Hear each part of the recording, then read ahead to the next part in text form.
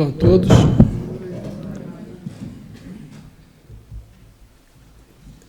Nós somos seres espirituais. Se nós não sabemos disso, deveríamos saber. Nosso mundo verdadeiro é o mundo espiritual e não esse planeta material. E nós não temos recordação desse mundo espiritual ao qual nós pertencemos, também não temos mais nenhuma outra recordação, ou seja, nossa recordação formal é apenas aquela que temos desde que nascemos, né? Mas os Espíritos nos ensinaram que existe a reencarnação. Na verdade, a reencarnação ela já vem desde a antiguidade. Outras culturas já apregoavam. Na Grécia, alguns filósofos já falaram sobre isso, indiretamente, que seja. Jesus falou também sobre a reencarnação. A reencarnação ela é uma realidade. Só que, por que nós reencarnamos? Lá na questão 132 do Livro dos Espíritos, Kardec pergunta a eles qual é a finalidade da encarnação, e os Espíritos respondem que Deus impõe a encarnação como fim de fazê-los chegar à perfeição. Para alguns é expiação, para outros é missão. Mas para alcançarem essa perfeição, têm de sofrer todas as vicissitudes da existência corporal, ou seja, da existência encarnada. Nisso é que está a expiação.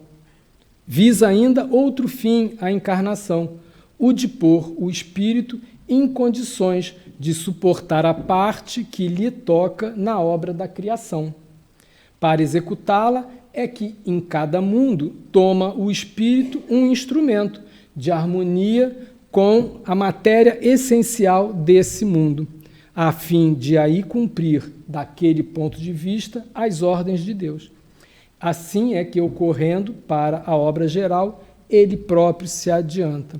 Então, essa resposta que os Espíritos nos transmitem, ela nos diz muita coisa, mas com relação ao tema em específico, nós poderíamos destacar que nós encarnamos como parte da finalidade suportar a parte que nos toca na obra da criação. Ou seja, nós somos co-criadores junto com o Criador, junto com Deus, né? Nós não criamos, nós co-criamos. Criador é somente Deus. E qual é a parte que nos suporta? Ou seja, qual é a parte que nos cabe nessa criação? A parte consoante ao nosso estado evolutivo, ao nosso adiantamento, a nossa capacidade de execução. Então, nós podemos ver espíritos, já espíritos puros, espíritos crísticos como Jesus, que ele tem uma participação na criação muito mais ampla, muito mais abrangente do que nós próprios. Como podemos recordar do livro A Caminho da Luz, ditado por Emmanuel, a Francisco Xavier, que Jesus ele recebe, por ordem de Deus, recebe uma parte que se solta do Sol, uma parte da matéria do Sol que se solta e dá forma ao nosso globo terrestre, juntamente com outros espíritos a ele que o secundavam. Então veja bem que Jesus ele não criou o planeta, ele deu forma ao planeta e a obra dele é grandiosa comparada com a obra nossa, enquanto espíritos em evolução. Então qual é a parte que nos cabe? A construção do nosso planeta. Nós observamos que o planeta, materialmente falando, evoluiu desde o seu início, desde o aparecimento do primeiro Homo sapiens até agora. Então, é nessa fase, dessa forma que nós ajudamos a Deus na criação, o ajudamos. E por quê? Porque nós nos melhoramos fazendo isso, nós evoluímos, nós nos aprimoramos fazendo isso, executamos a ordem de Deus. Na sabedoria dele, ele definiu que assim deve ser. Ou seja, nós temos essa parte nossa, e à medida que nós fomos evoluindo, nós vamos então aumentando as nossas conquistas, nós vamos então aumentando a nossa competência no auxílio então do Criador nessa questão. Então, no fim da resposta, ele diz que assim nós também nos adiantamos. Então, a reencarnação tem essa finalidade. Alguns é expiação. Então, aqueles que não precisam expiar, aqueles que não erram, por que precisariam encarnar? A questão seguinte, a 133A, ou melhor dizendo, na questão 133, Kardec pergunta, os espíritos que desde o princípio seguiram o caminho do bem, têm necessidade da encarnação? Ou seja, aqueles que seguem o caminho do bem, ou seja, sempre praticaram o bem, eles precisam encarnar? E os espíritos lhe respondem que sim, porque todos são criados simples e ignorantes, e se instruem através das lutas e tribulações da vida corporal. Deus, que é justo, não podia fazer felizes a alguns sem penas e sem trabalhos, e, por conseguinte, sem mérito. Então, veja que, mesmo aqueles que sempre seguiram o caminho do bem, eles passam pelas tribulações, porque também eles foram criados simples e ignorantes e precisam se instruir, e precisam crescer, evoluir por intermédio desse trabalho também. Então, por isso que aqueles que não erraram também passaram pelas encarnações. E alguém poderia então perguntar, então de que adianta seguir o caminho do bem se todos passam pelas encarnações da mesma forma? E aí sim, a questão 133A que fala sobre isso. E Kardec pergunta, mas então de que serve aos espíritos seguirem o caminho do bem se isso não os isenta das penas da vida corporal? E aí os espíritos respondem que chegam mais depressa ao alvo. E, além disso, as penas da vida são frequentemente a consequência da imperfeição do espírito. Quanto menos imperfeito ele for, menos tormentos sofrerá. Aquele que não for invejoso, nem ciumento, nem avarento, nem ambicioso, não passará pelos tormentos que se originam desses defeitos. Então, daqui nós tiramos que nós todos temos que passar. E, além disso, essas penas que nós passamos são, frequentemente, consequências do nosso pouco adiantamento. Então, aquele que não erra, ele vai se adiantar mais rapidamente, vai ter menos penas. Quanto menor, tanto o limite de erro que ele não cometa. E esse sofrimento, essas penas que nós temos, estão associadas às nossas imperfeições. Como diz, aquele que não for invejoso não vai passar pelas tribulações da inveja. Aquele que não for avarento não vai passar pelas tribulações de quem é avarento, da avareza. Então, ou seja, nós, enquanto imperfeitos, nós vamos passar pelos tormentos que estão associados às nossas imperfeições. Por isso, então, que nós passamos pelas penas, para aprender a se libertar de tais imperfeições ou tais imperfeições. Então, tendo em consideração essa justiça divina, em que Deus dá a cada um essas penas de acordo com as suas imperfeições, nós podemos questionar, Deus sendo justo e bom, por que alguns sofrem mais, outros sofrem pouco ou quase nada? Nesse caso, a justiça divina, como é que se enquadra? Nós temos a consciência que Deus é divino, é justo e bom. Então, se nós partimos desse princípio, porque é um dos atributos básicos da existência de Deus, nós temos então que perceber por que uns sofrem mais e outros sofrem menos. E aí é que vem a reencarnação, como chave, como resposta a essa questão. Nós podemos pensar um pai ou uma mãe que tenha 2 filhos. Se alguém for colocar para ele escolher desses 2 filhos qual vai ser perfeito, qual vai ter deficiências, qualquer deficiências, algum pai ou alguma mãe conseguiria escolher um filho ou outro? Não vai escolher, Por quê? Porque ele quer os dois melhor, mais perfeito possível. Então, se nós, que somos ainda imperfeitos, agimos ou pensamos assim, por que Deus, que nos ama a todos, pensaria diferente? Ou seja, beneficiaria uns em detrimento a outros. Nós não somos melhores que Deus. Por que Deus, então, escolheria também? Então, nós temos que colocar isso na cabeça para percebermos a necessidade da reencarnação. Então, são as oportunidades que Deus nos dá para nos corrigirmos, para nos melhorarmos. Então, existem aí dois aspectos. A necessidade de aprender mais, que o tempo de uma existência não é suficiente para adquirir todo o conhecimento, para conquistar todo o amor que é possível conquistar. E também, por outro lado, os erros que nós cometemos, temos as encarnações seguintes para corrigi-los, para repará-los. E nós vemos isso confirmado lá no Evangelho de Lucas, no capítulo 11, entre os versículos 9 e 13, que Jesus diz: peçam e a vocês será dado, busquem e vocês encontrarão, batam e a porta será aberta a vocês. Pois todo aquele que pede, recebe, todo aquele que busca, encontra, e a aquele que bate, a porta será aberta. E aí ele pergunta: qual homem, no meio de vocês, se o filho lhe pedir pão, dará uma pedra? Ou se pedir peixe, lhe dará uma serpente?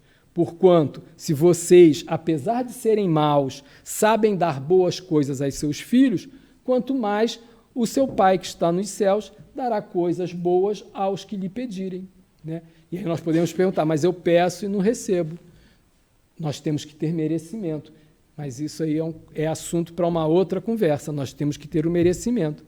Então, essa questão das desigualdades da vida, ela vai ter resposta na reencarnação. Aquelas diferenças sociais que nós observamos, alguns nascem na abundância, outros nascem com privações, as diferenças físicas, um nasce com a composição física perfeita, outro nascem com imperfeições físicas, as mesmas intelectuais. Ou seja, se existem essas diferenças, por que Deus beneficia um em detrimento a outros? A reencarnação explica. Ele está nascendo daquela forma porque ele está passando por consequências de existências anteriores.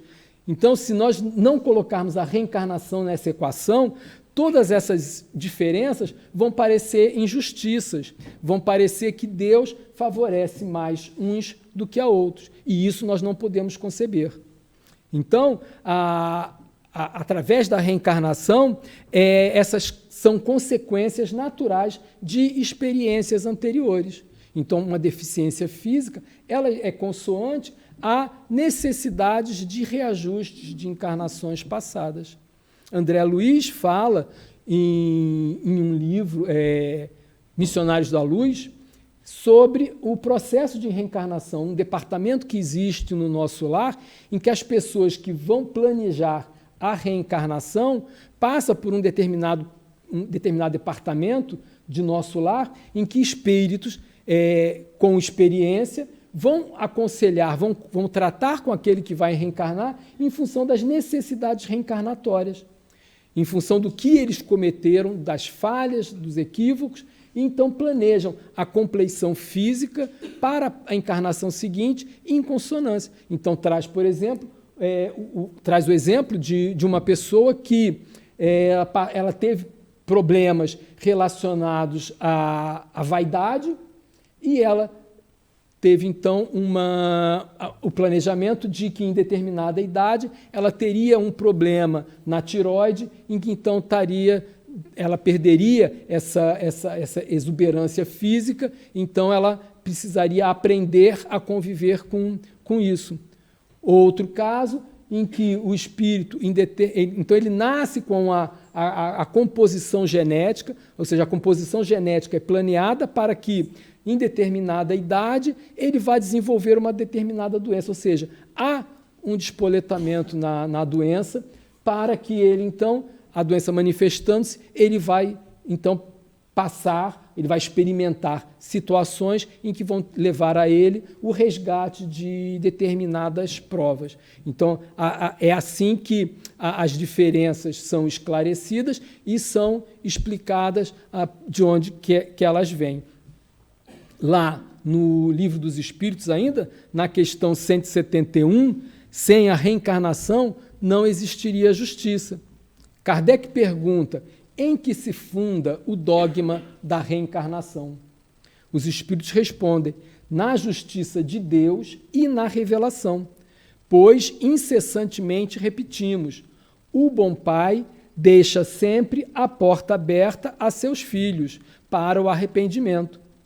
Não te diz a razão que seria injusto privar para sempre da felicidade eterna todos aqueles de quem não dependeu melhorar-se?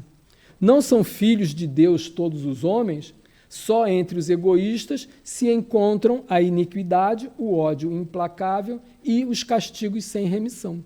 Então, são as infinitas oportunidades que Deus concede a cada um de nós de continuarmos o aprendizado, de andarmos para trás um passo para refazer experiências, para revisitar determinadas situações que foram mal aproveitadas, reencontrar seres que nos desajustamos e que precisamos nos reajustar. Então ele diz, os Espíritos dizem que Deus deixa sempre uma porta aberta para nos melhorarmos. Então essa porta é a porta da reencarnação. Eu, por meu livre-arbítrio, eu resolvo desperdiçar minha encarnação inteira, jogar fora, fazer só asneiras. O que vai acontecer?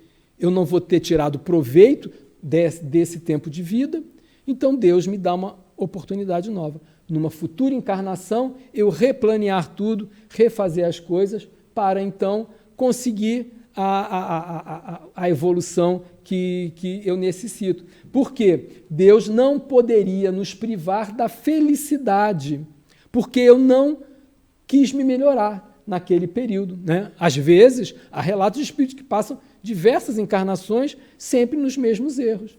Questão do livre-arbítrio deles. Ou seja, Deus nos dá a liberdade de escolhermos como nós vamos agir, como nós vamos viver, o que nós vamos fazer. Porém, tudo aquilo que nós fizemos, nós vamos receber, vamos ter como consequências os resultados daquilo que nós cometemos, né? É aquela velha máxima: a semeadura é livre, mas a colheita é obrigatória. Não adianta eu querer plantar laranjas e colher tangerinas, porque eu não vou conseguir. Se eu planto laranjas, eu vou colher necessariamente as laranjas. Então, é justamente porque Deus é justo que a encarnação existe, para que nós tenhamos a oportunidade de reaprender, reexercitar, executar novamente ações que foram perdidas. E a resposta espírita, nós podemos observar pela questão 166, que é através da reencarnação que a alma se depura até alcançar a perfeição. Então nós encarnamos, estamos aqui convivendo uns com os outros, cada um com o seu jeito, com o seu nível evolutivo, e vamos agindo, interagindo, e os nossos acertos vão nos ajudar, e os nossos erros vão obrigar-nos a repetir, a refazer. E assim nós vamos aprendendo, vamos depurando a nossa alma, vamos aumentando o nosso amor, a nossa moralidade, até alcançarmos a perfeição. Então, como uma questão de justiça e amor, da lei de justiça e de amor, nós vemos, então, as provas e as expiações, como foi falado aqui brevemente. As provas são as experiências que nós escolhemos vivenciar para aprender ou para consolidar um aprendizado. A prova é uma situação que eu escolho, que eu planeio viver, para que aquilo demonstre que o meu aprendizado foi consolidado.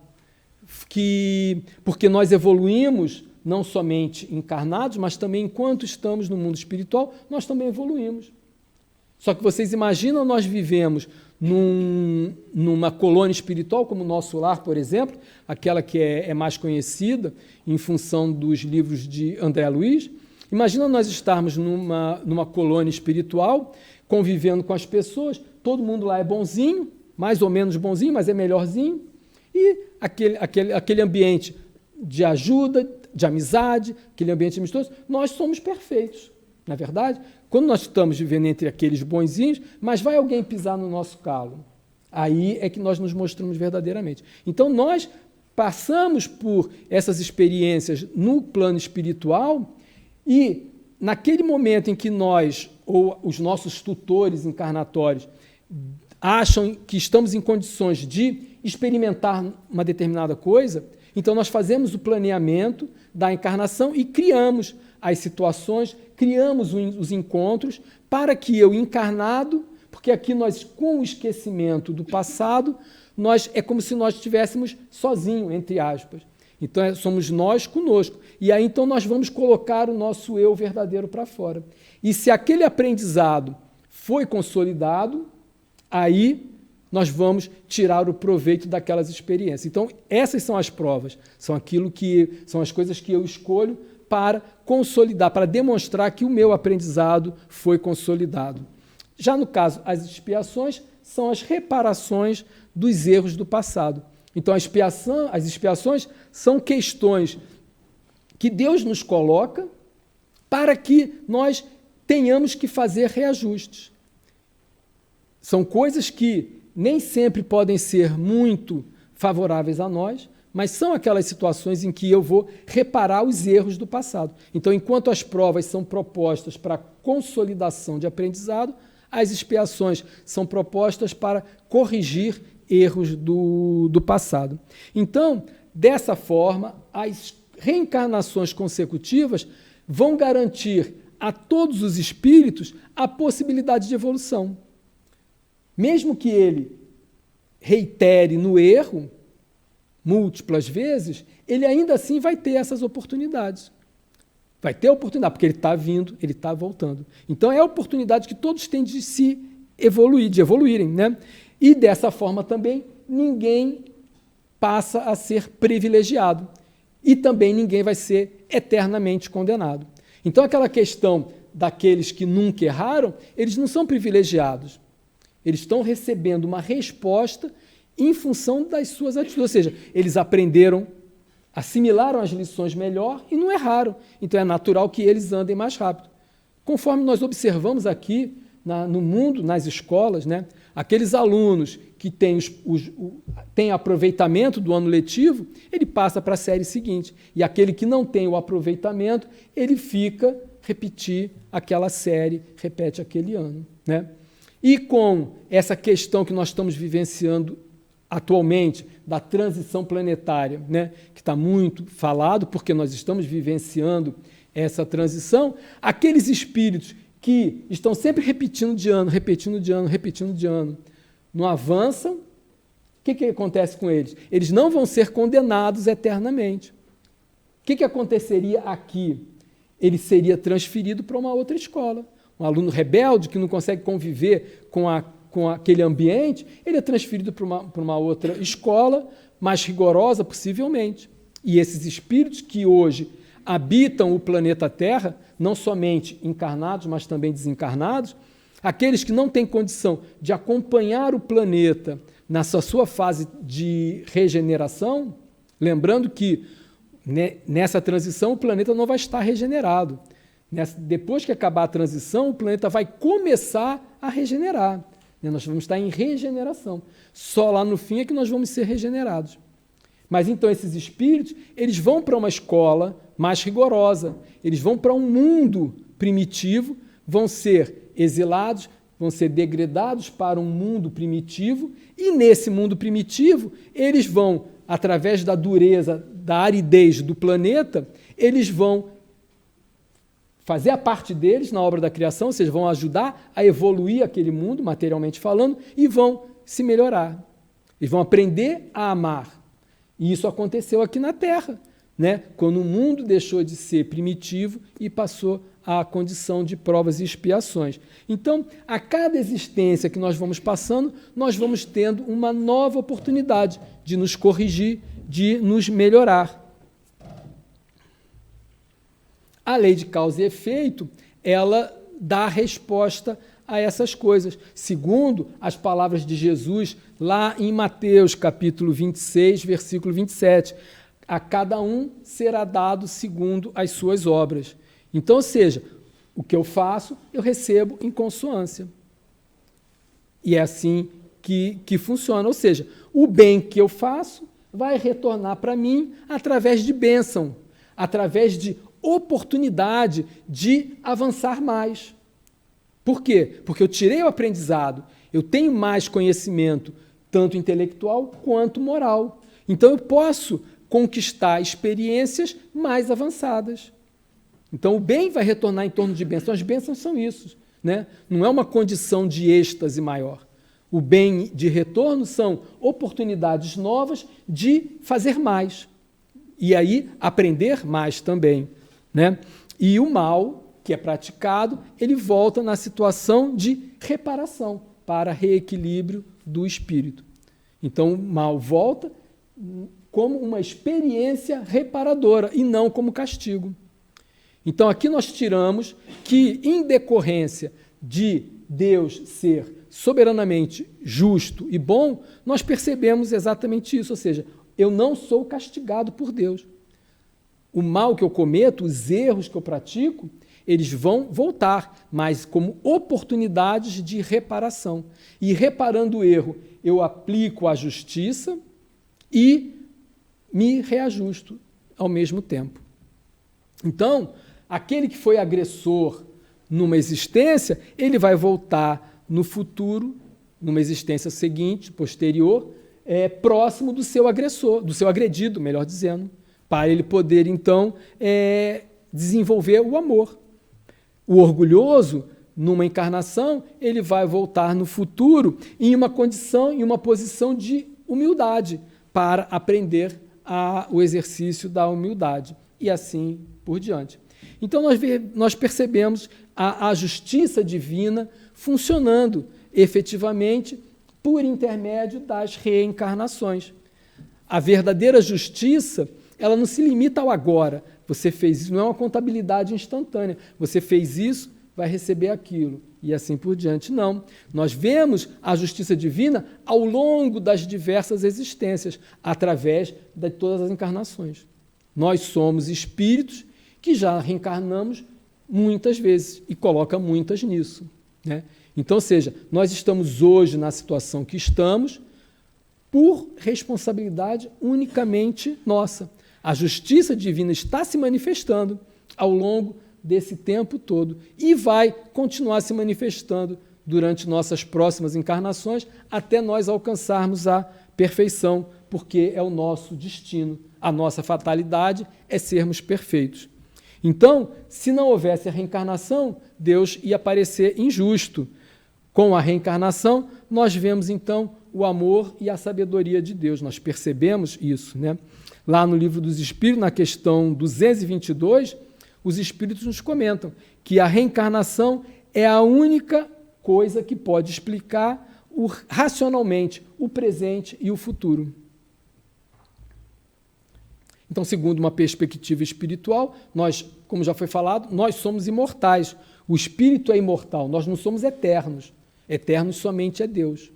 Nós somos imortais porque nós fomos criados em determinado momento por Deus e dali em diante nunca mais iremos morrer enquanto espírito, porque a morte física não é uma morte, é só uma libertação dessa casca que nós vestimos. Então, essa vida que nós estamos vivenciando hoje é apenas um capítulo da nossa vida. É apenas um pedacinho da nossa história. E vou dizer, muito pequeno. Aquele que viver muito, viver 120 anos, ainda assim é uma experiência muito curta comparada à nossa vivência eterna, até sempre. Então, se nós olharmos a vida apenas com os olhos da matéria, muitas situações da vida, nós pensamos que agimos corretamente, né? Algumas condições sociais ainda são injustas do ponto de vista absoluto. E muita gente age de determinada forma, achando que verdadeiramente está agindo corretamente. E depois que nós desencarnamos, nós chegamos na erraticidade e vamos constatar que nós não fomos tão bonzinhos assim. Vamos revisitar a nossa existência e vamos verificar que coisas foram feitas de forma má, né? E aí nós vamos esperar a vinda do juiz para nos julgar. E nós vamos perceber que não existe juiz nenhum. O juiz é a nossa consciência. Então, nossa consciência vai nos mostrar, mais cedo ou mais tarde, que nós erramos aqui ou ali. E nós, a partir do momento em que reconhecemos, admitimos esse erro, porque é fato que muito espírito desencarna e passa na erraticidade muito tempo ainda achando que não errou, né? Resultado do orgulho, resultado da vaidade. Mas uma hora fecha a conta e a consciência fala mais alto e nós percebemos, né? E percebemos que precisamos mudar, precisamos corrigir, precisamos refazer, porque lá também, como eu já disse, a evolução acontece.